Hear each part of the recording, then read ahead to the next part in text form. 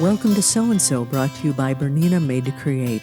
I'm Meg Goodman, and today we're taking you inside the brand new H&H Fiber and Fabric Show in Chicago, Illinois.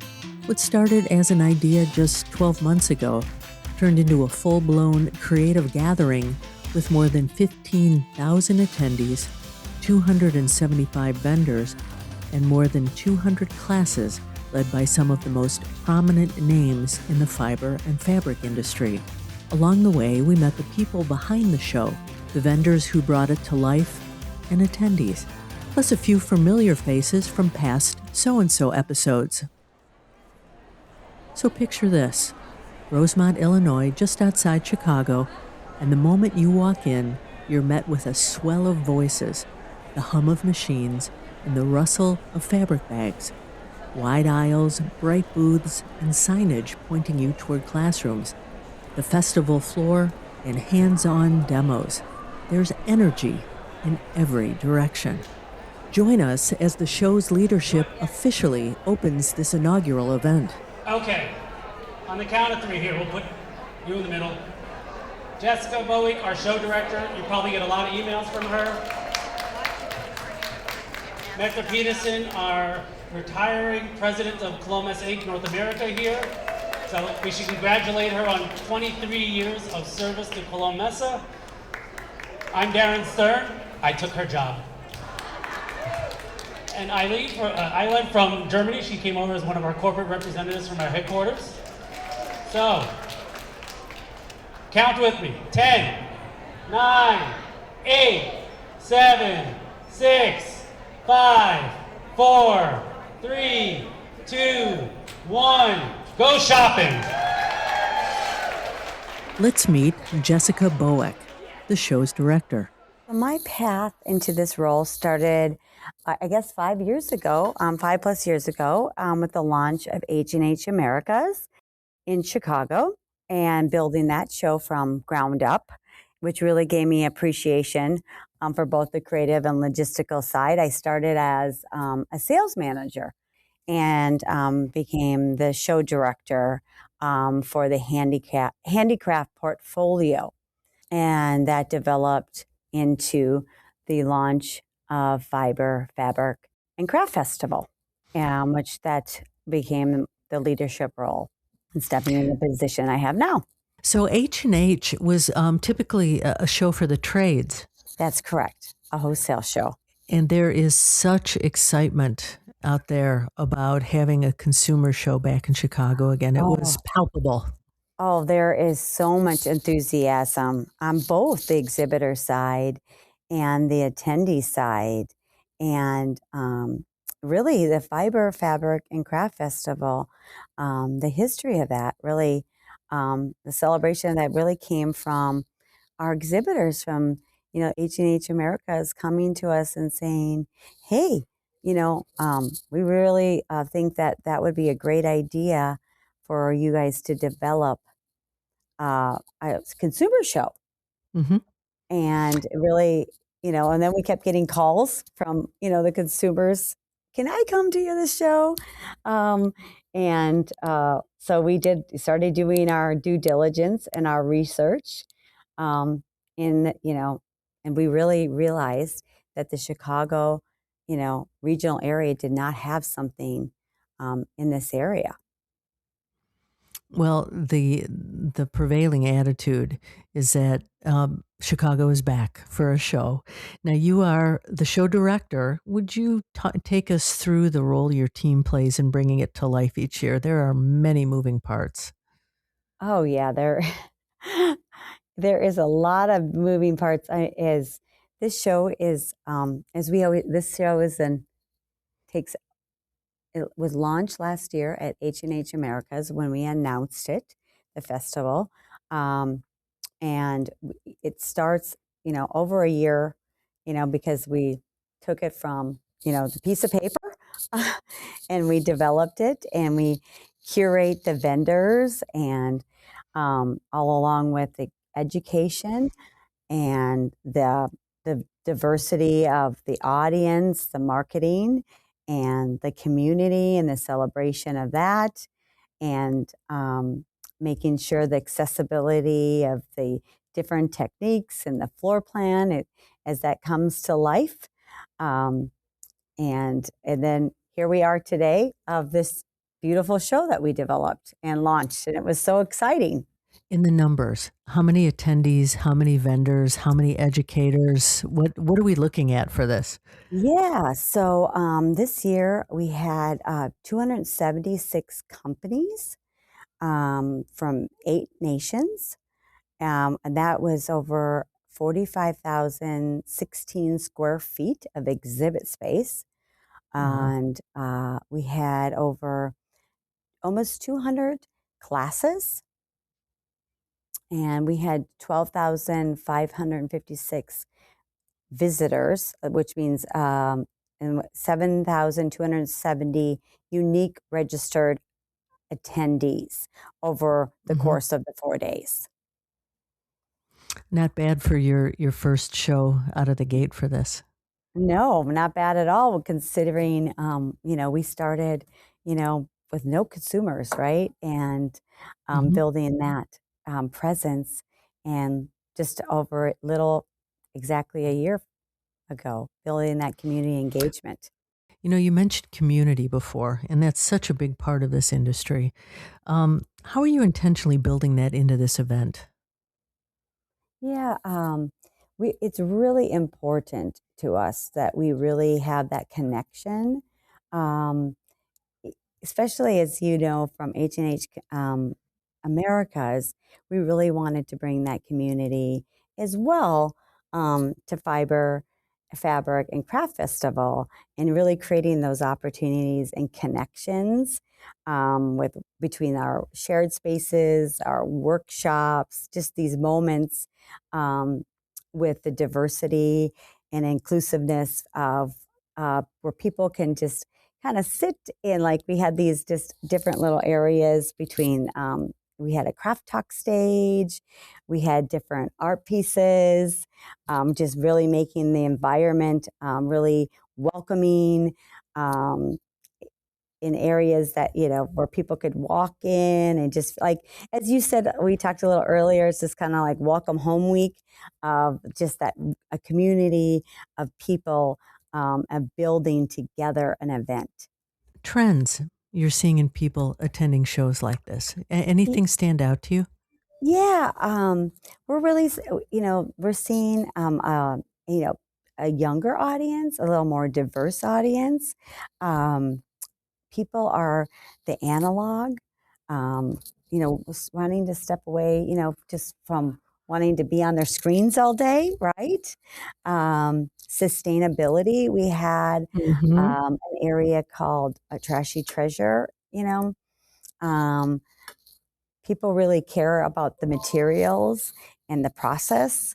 And I found interesting too, as I walked up and down the aisles, there was more men involved. They were actually buying crafts and, fabrics, and really getting involved in the classes and teaching and educators. And, that was, our events really offer, a hands-on and in-person experience that people are really, I feel, craving, just to get off your phones and just, come and experience that face-to-face experience. That fiber and fabric experience is what makes this event unique. As the show publicity states, and I quote, "The uniqueness is the direct connection it creates between the craft industry and the people who love to create. Attendees have the opportunity to shop, learn, and explore through hundreds of workshops, demonstrations, and interactive experiences while meeting the companies and innovators who design the products they use every day." Attendees like Suzie, a new sewist from Logan Square in Chicago, Judy from Homer Glen, Illinois, and Terry from Bolingbrook, Illinois. Well, I just took a sewing class at an art center, so I'm just getting started sewing. I joined a group online called Chicago Sews, and I learned from their newsletter that the show was going on, and I thought, why not check it out? What exciting things have you learned so far?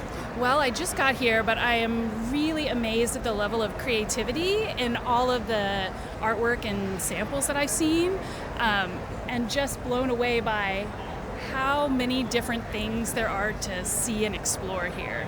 I started quilting and piecing back when my children were small. And the first quilt I made, I cut and marked and everything by hand and everything by hand. And so I've just developed a love for it, and there's so much you can do, so much creativity. So I'm a crocheter, but I also do quilting, and I like to embroider. And so this has everything in one. Everything, yarn, fabric, patterns. Doesn't get any better. And those vendors we mentioned? Well, we got to talk with a few of the many who made the commitment to participate. First, we stopped by and visited with the ladies of Linda Z's, including Linda Z herself and her daughters, Tracy and Debbie. I am just so excited to see in one room over 12,000 sewists that are so unbelievably excited about seeing all the product. They come over to see the new BERNINA 990, and I want to be able to show it to them.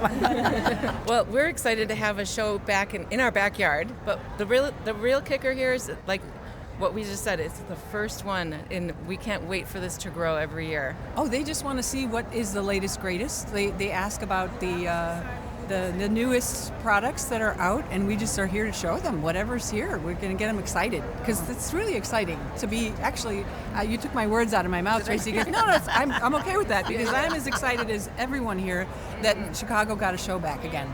And Chicago is worth it. Come on. It's fun to be here. I know, it's really I fun. heard that there's several buses coming today. Every day there's several buses coming from all these different states, so in the Midwest mostly. But we're so excited. I heard there was someone from Australia. Darren was asking, like, where are you from? And, they're from multi-states. Complementing this long-time established shop was a company that's newer to this scene.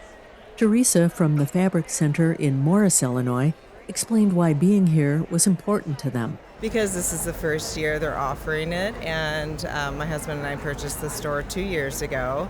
And what we're trying to do is get people to our booth and just introduce ourselves, and so people know who we are and they come visit us. We're 45 minutes southwest of Chicago, and we have a wonderful store with a brand new, newly renovated classroom. And we offer so many classes. We're very education focused in our store. And what we thought we'd do with the Songbird collection, instead of just a quilts, is do some unique patterns and different kits for bags, so that you can see it kind of applied in a different way. But what we thought was unique is that if you purchase one of our kits, you get to come to our store and take the class, or you can take it online. Like, we'll have a virtual class too. So we just want to get everybody introduced to who we are, and we have a very seasoned staff. They're excellent. Their customer service is outstanding, and we have 7,000 bolts of fabric in our store. It's a local show. And we're new. We're a new shop, just under 2 years old. I used to come here regularly when there was a show up and through 2019, and we just wanted to see a new show back in Chicago. So thrilled to be able to get out, have new people see what we carry. A lot may have heard of us but not been to the shop yet, and this gives them an opportunity to get a sense of our brand and see the types of things we have in the show. That was Deidre and Erin from So Modern, whose booth was adorned with abundant color and the expertise to match it. Next, we chatted with Gail from BERNINA of Naperville, who was all too excited to be here.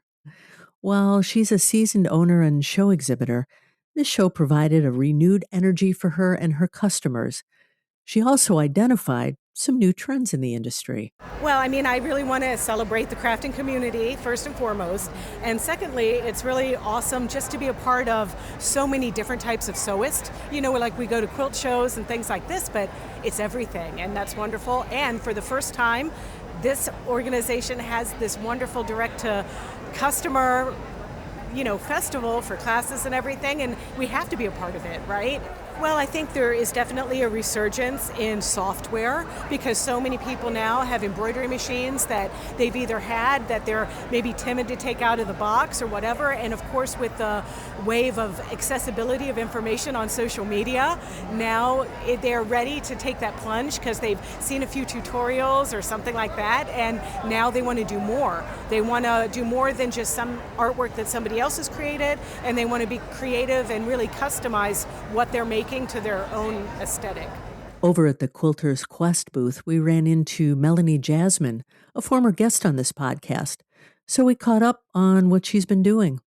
We also met Annie Driscol, a cosplayer who is new to us, but certainly not new to cosplay. A whole lot of traveling, so much traveling. I just came back from OSQE Atlanta, and I have just been doing show after show, sewing shows, anime shows, Comic-Cons, putting some costumes on display, doing it all. What's important for people to learn at this show? This is a brand new show, so what should people be looking for? What I really love about this show is all the support and the love that they have shown to costume makers, garment makers, and cosplayers. It is actually very, very refreshing to see a show that can merge all the love for quilting and for costume making and garment making at the same time. So all of us cosplayers, as soon as we saw that F&F was telling us, hey, come over, hey, show us your costumes, we immediately ran because we were like, yes, we want this. We want sewing shows to accept us, to bring us over and to let us share our craft with everybody. My name is Annie Driscol. I'm on the internet as Maker Fishmeal. I'm here somewhat promoting my book and also helping out a lot of the people that supported me when I made this book, such as BERNINA and Oliso, really helped me make this. So I'm here supporting them and also talking about my stuff. You are obviously very much into cosplay. Yes. Talk about that. Oh my gosh. Okay, here's my favorite thing about cosplay.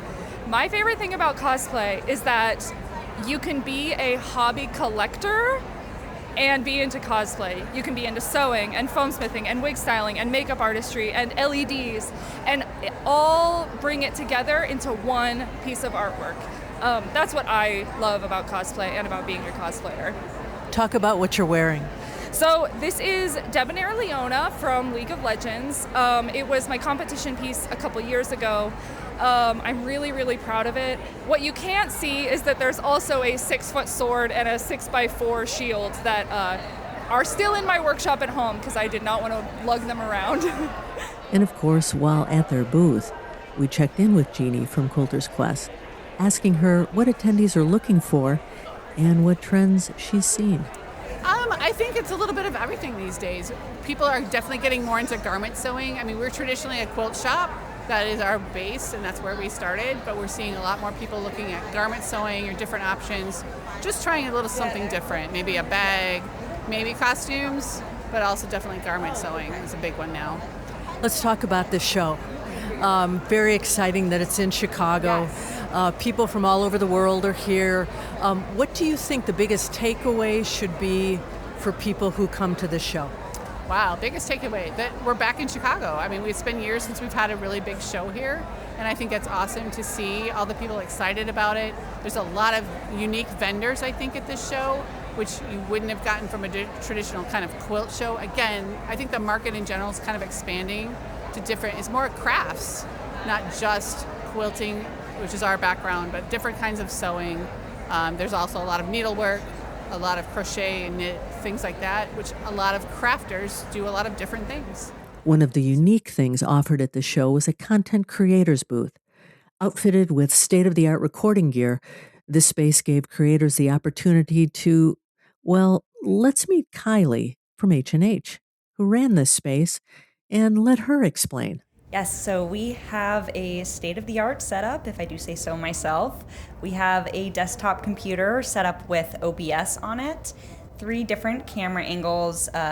One is a document overview, perfect for crafting, and a wide view, and then a front view. We have 3 different microphones and headsets, and a Rodecaster Pro 2 audio equipment that comes fully equipped with sound effects, censoring if you need it, music, outro, all that good stuff. So what is the purpose of this, and how could attendees take advantage of this great setup? So the purpose is just to make the content creators' lives easier, and so they don't have to lug anything here. We have everything set up to do live streaming or recording it and taking it home and editing, but you can also edit straight on the desktop. So they can come and shoot podcasts here. You can come and do a live stream of a craft. You could just come on and do an Instagram live if you wanted to. It's really up to the creator. If you follow creators on social media who are at this show, you just might get to see what they created in this unique space. So we've been walking around a lot for the past several hours. Let's take a break, grab a seat, and meet Darren Stern, the new president and managing director of the show management team. He's the voice you heard at the beginning of this podcast as he opened the show. Darren, tell us about your journey to where you are now as president and managing director. And you're new to the position, I understand. That's correct, but I don't think your show is long enough for me to give you the whole history. So I'll condense it for you. I've been with, so the company, we are Cologne Messa. Cologne Messa Inc. is our U.S. subsidiary. We're responsible for the United States and Canada's operations for our company. I've been with the entity for 22 years. So in that, I've worked on different portfolios from equestrian sports, indoor sun tanning, dentistry, food, and obviously handicraft segment has been one that has been near our heart. We've entered this segment in the United States about 5 years ago, where I was originally serving as the show director, where we brought it out to the United States audience. And then just this past January, I've had the opportunity to take over the reins as president and managing director for the full operations. We are responsible for a multitude of industries. There's about 19 team members here at Cologne Messa. So there are many organizations behind this. You talked about this a little bit, the managing organization. Would you talk about how it's grown and explain the relationship of H&H America, Cologne Messa, and Cologne Messa GmbH? Sure. So Cologne Messa GmbH is the German parent company. They're the master corporation. Cologne Messa is slightly unique. For American businesses, we are a public-private entity in the city of Cologne. So like here in the greater Chicago area, many people are familiar with McCormick Place Convention Center. So we are the physical, we say fairgrounds or exhibition center in the city of Cologne. So if you've ever done a Rhine River tour, you've seen that cathedral. We're directly on the other side of that river. We're 11 buildings in total. From our north to south entrance, it is a 1 kilometer straight walk up the boulevard. We are, I believe, the 6th or 7th largest exhibition center in the world. So that business there, we've been in business now, I think it's 102 or possibly 100, I think we're coming into 103rd birthday. So we've been around, we've survived a lot of problems in the world, and we're still going strong, which is a very nice thing to be. And it's interesting because there's private shareholders, but the largest shareholder is the city of Cologne. Then there are, I think we're up to 11 subsidiaries around the world, us being one of them, which we're Cologne Messa Incorporated. Just like we're in Singapore, we just opened in Jakarta, we are in Japan and Beijing, and so on, and many other places.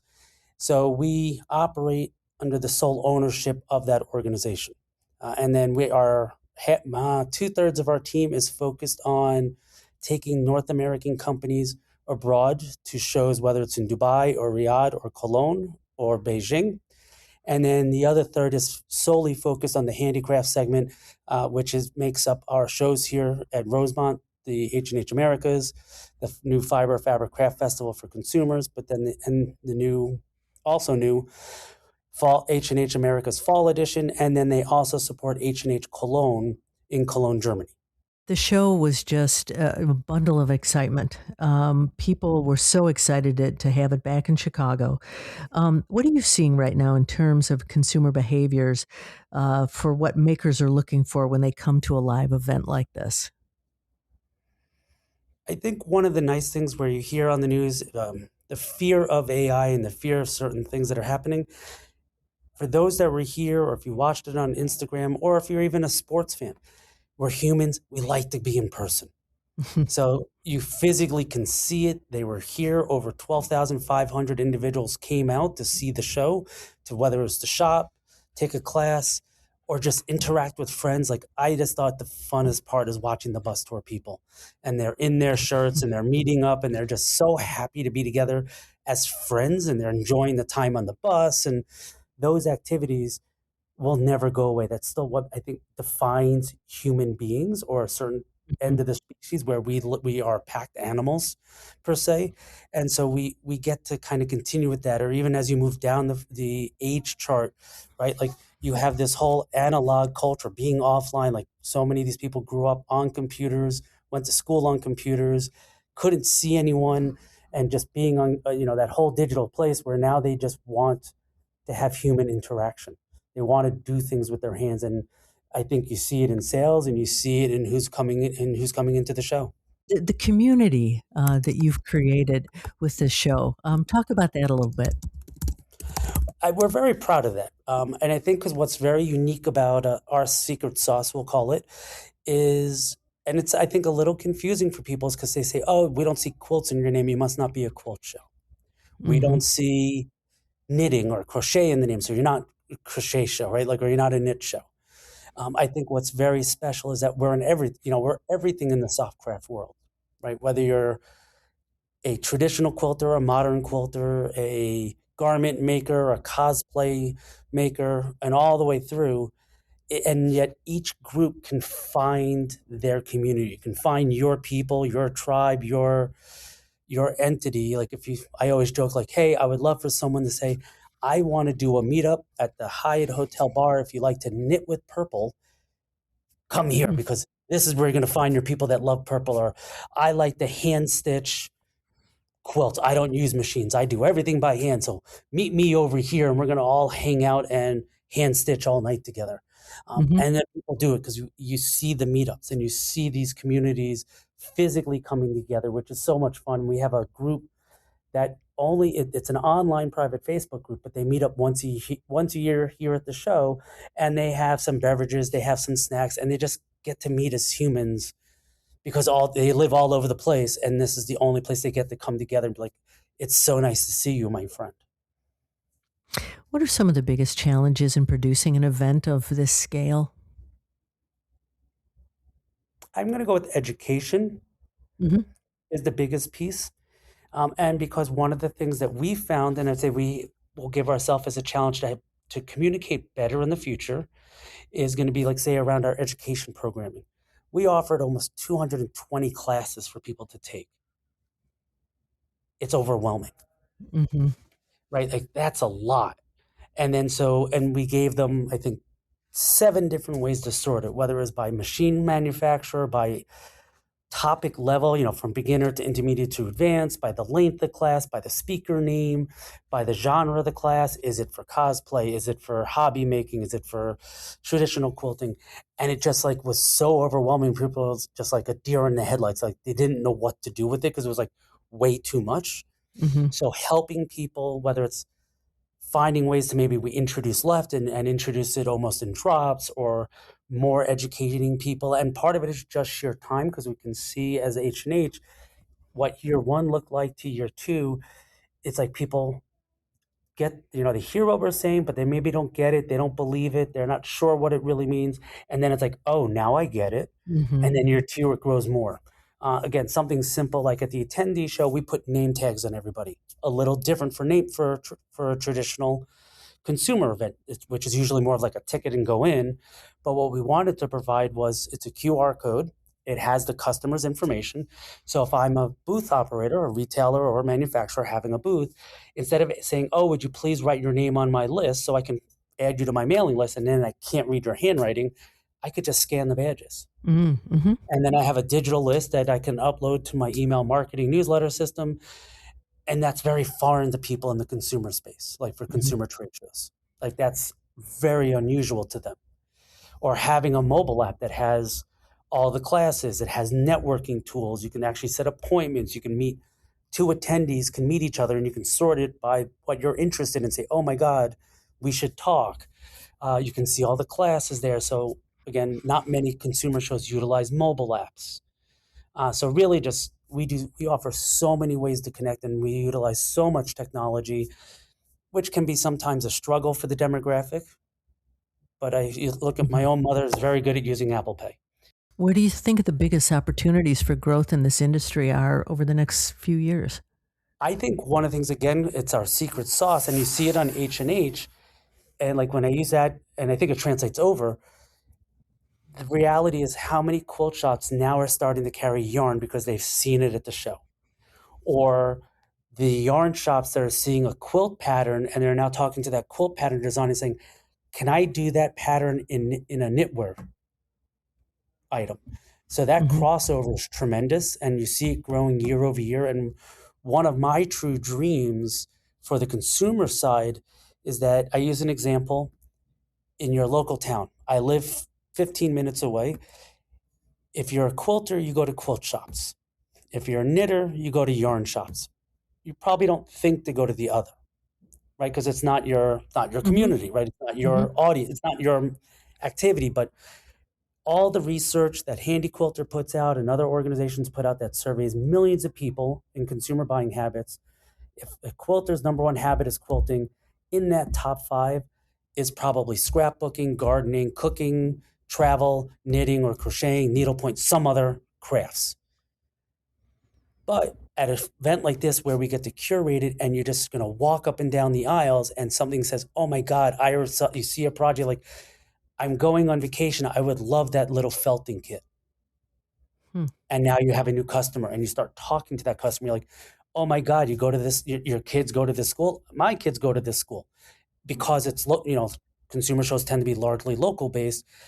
The retailer's ability to grow their customer base because we brought you 10,000 people in 3 days, a typical quilt shop or a typical yarn shop or a typical needlepoint shop probably don't see that many people in 3 days. Even a Michael's probably doesn't see that many people in 3 days. As we began to make our way again, we got the opportunity to talk to a group of those very people. Here are Lynn, Sandy, Cathy, Jan, and Judy, who are attending together from the suburbs of Chicago. They shared with us what drew them to fiber and fabric. Because I can't go to Paducah anymore, and this has just been fun. To check out what's new in quilting and spend a day with my girlfriends. I wanted to buy a new thimble, and I did. And just, see what's new, what's available, what I might need that I don't know I need. I came here because I've lost my mojo for a long time, and this brought it back tenfold. You've got a full bag there. A very full bag. Judy, what do you think about the show? I enjoyed it very much. I wasn't going to spend any money and buy anything, just look. And well, that didn't work, but it was very enjoyable. Enjoyable indeed. As the prevailing experience was, I only came to look, and I ended up shopping.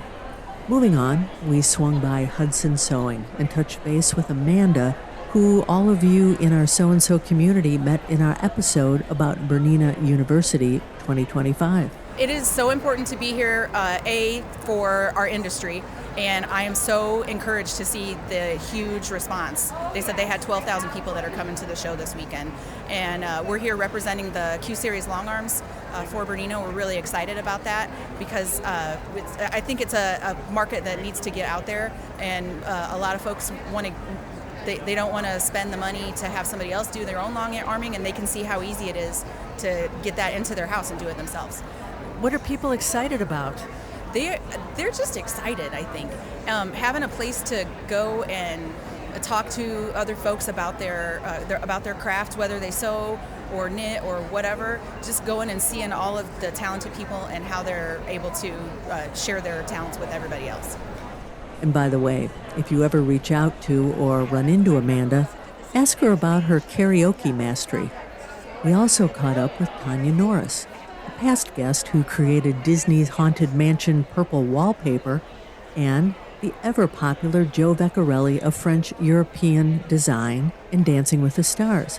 Joe's also a repeat guest on So-and-So. Tanya Norris, it is so good to see you. We're at Fiber and Fabric. You were a guest on this podcast a while back, and you've been very busy since then. What have you been up to? I help just for, I wouldn't say fun, but to keep me focused as I'm retired. I help at a booth called French European, who sells custom-made dress forms to Dancing with the Stars, Dolly Parton, and people like that. And we travel to shows where he can introduce the same dress form to the public and show them how to make it so they can make their own custom-made, properly fitting garments. And it takes me all over the country, keeps me out of mischief and out of my assisted living place. I think you're on the road more than you're anywhere else. That is true, and at the where I live, which is an assisted living place, they have a joke about me.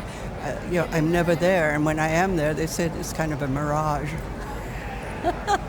So, yes, but it really, I'll be honest, I'm 88, almost 89, and I can still travel and do things, and I think it's pretty marvelous. And so I do it with a lot of vim and vigor, as much as I can muster, and have fun. Nice to see you, Meg. This is fabulous. The first time here at this Fiber and Craft Festival. We didn't have no expectations coming into here. However, based on the first day, it's been amazing. Classrooms are all sold out, which is more amazing. We got a good crowd here. We're excited to be here in the wonderful state of Illinois. Chicago, what better? All the food and great hospitality, and it's exciting to be here. You've hit all the high points. So you've got news. You always have news for us. Oh my God. What's been going on and what's coming up? Oh, lots are going on. I have to say, right now we're working with Dolly Parton Productions. We're just wrapping up. We finished up the Dolly Experience. We got all the mannequins in the Dolly Experience, which turned out spectacular. So if you haven't been to the Dolly Experience, highly recommend to go to Dollywood. We're the #1 theme park in the country right now. And then we also are doing the Dollywood Hotel, which is fabulous. So there's some good surprises happening there. Working on that. And then she's going to have the Dollywood Museum as well. So we're presently working on that. We're in production on that right now. Without going in all good fun details, let Dolly tell you on that, but it's going to be amazing. A lot of exciting things happening in that world. And then, of course, as you know, in the fall, we're doing Dancing with the Stars. And if you haven't been over to the Dancing with the Stars area, I set up a whole area of Dancing with the Stars in their costumes for this year, which is spectacular. And that's what we've been up to pretty much. I think that people coming out of the show have learned all the different areas of, it's not just about, it's fiber and craft, and there's more involved in this. When they leave here, it's not going to be such a narrow road. There's many different roads and avenues that they could go from this show, because the show illustrates that, fiber and craft. And you are going to get a lot of people in here with craft, a lot of people in different fibers and different wools and knits and fashion and quilting. It's all here. It's all here. And the show shows the presence of how this company has expanded this show and bringing all the different areas of life in here, different talents, to understand what type of show that this is in comparison to some of the other shows. Let's round out this day by meeting a few people who have a little different contribution to sewing and quilting. First, here's Chris from Simply Classis, who creates designer-inspired bag patterns that are compatible with domestic sewing machines. So I feel like bag making is definitely an up-and-coming thing in the sewing industry.